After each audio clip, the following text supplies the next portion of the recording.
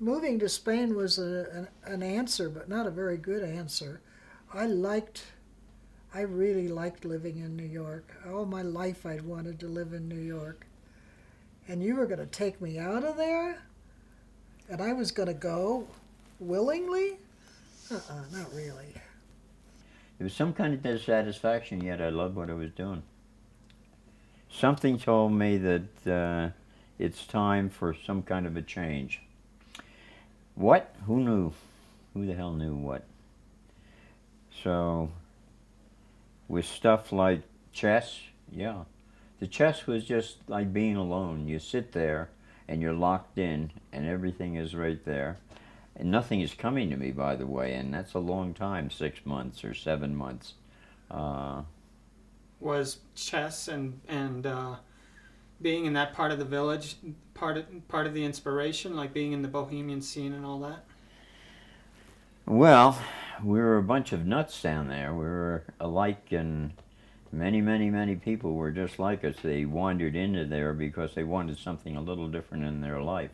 You were the nice little boy from suburbia finding your kicks in We all came from the some other village. place, and we were trying to find excitement in life in one way or the other, or worthwhileness and a feeling of that. And there was some kind of, after all, it was after a World War.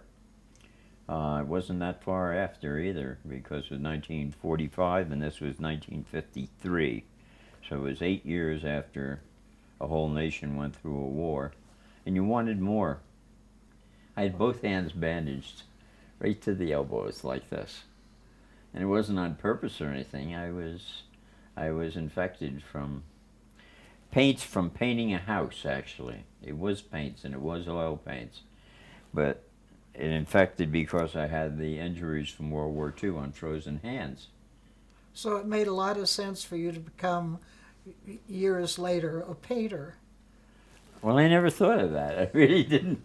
I really didn't say, hey, we met years ago before films, before I became a filmmaker, and my hands were all bandages to the elbow. No, I never really thought of it, but boy, it sure broke out when I was over on the east side painting. Tough. And never washing, and just loaded with oil paints. Probably didn't have any water. Right back to the elbow again. But we got lucky, right? Uh-huh. Acrylic paints were just starting. And somebody suggested acrylics. I don't know if it was you or the art store or what. Probably the art store. And that got luckier than that because they couldn't even sell acrylic paints. It was all, nobody had been using them. And they gave me free acrylic paints to use them. And they were wonderful. And Dried fast. Yeah. Yeah, they got their start really with Worhol and that whole bunch as they came in. The advertising boys and the bright colors and the ad campaigns, and he just transferred it into his factory and what they were doing in the art business. But it was life-saving. And for me, it wasn't only that, getting off the subject though, but the acrylics, the fact that they dry so fast.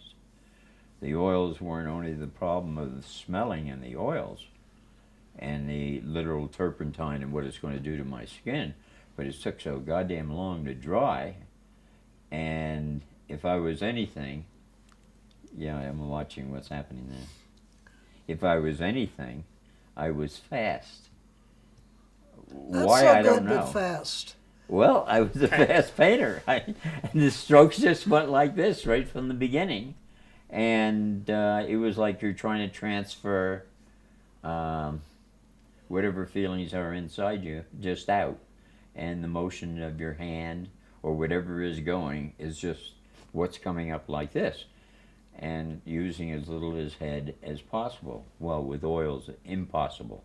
Because you're just working wet on wet and it all becomes mud in no time. And I had a lot of mud paintings in that first year, if you remember. I remember. I see them now, I get them in on email. There isn't a week that I don't get 4 or 5 canvases. Yeah, there isn't a week that I don't get 4 or 5 canvases. Somebody's saying, well, my father died, and The canvases have just come over to me, and I remember these paintings when we were 5 years old in our playroom or something like that, and now they're mine, and can you tell me something about this canvas? Usually they don't send a scan or anything, and nothing, just the canvas they have, and then starts this conversation, and it gets to be very wise and very wonderful. And then you see the painting from 1963, And I say, and you're ready to throw up. how did we survive? How did we feed Well, everybody? I don't know. How did it happen? And the answer, I don't know. Well, price was one, that's for sure. And the time was one, because the entire country was caught up in the act of art being something significant in everyone's life. For the very first time, and the only time in this country. I surely don't think it is that now. Well, one thing I sure remember is the whole business of stretching a canvas. To me, that was the first, and actually, I guess it could be said, the only instruction in painting I've ever had. You literally bought some canvas, and you bought some bars, which to me were miracle things. There were 4 pieces of wood, and you put them together, and so expertly and so on, and you said, this is how you do it. And you took a staple gun and told me what to do. You didn't even show me what to do. You just said, put the first one in over there, and I did, and then go on the other side of the canvas and pull it down, and I said, how far?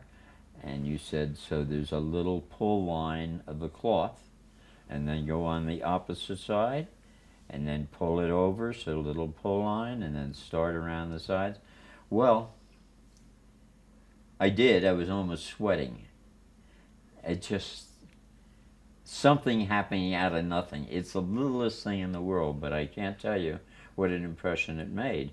And I have never, and I've stretched hundreds and hundreds, really thousands of canvases probably, and I've never stretched a canvas without a flashing glimpse of where we were on Fifth Avenue, on the floor, in the apartment, in the living room, in front of that library that I built for you, with the 2 kids' rooms in back of it. And you're showing me how to stretch a canvas. You're lucky I was a trained painter. Well, the whole business, of how to go about it, and you're the one who brought that up. You said that, the whole city's full of art right now, and we have all kinds of contacts with all kinds of people through the film business, and it's a good place to show, and it's a good place to learn things, and there's all kinds of art schools. And I just had a feeling that what you were telling me, I'm not sure, but you were telling me just go do it yourself and find out. I know you're going to say you blame me again. It's all my fault. But I think it's right. Oh, you've never been I good had at- a feeling that you were telling me, find out if you can paint and what you feel about painting. Find out if you like the feeling of it or not before you get involved in any kind of lessons and teaching and whatnot. Well, you really weren't really good at taking instruction.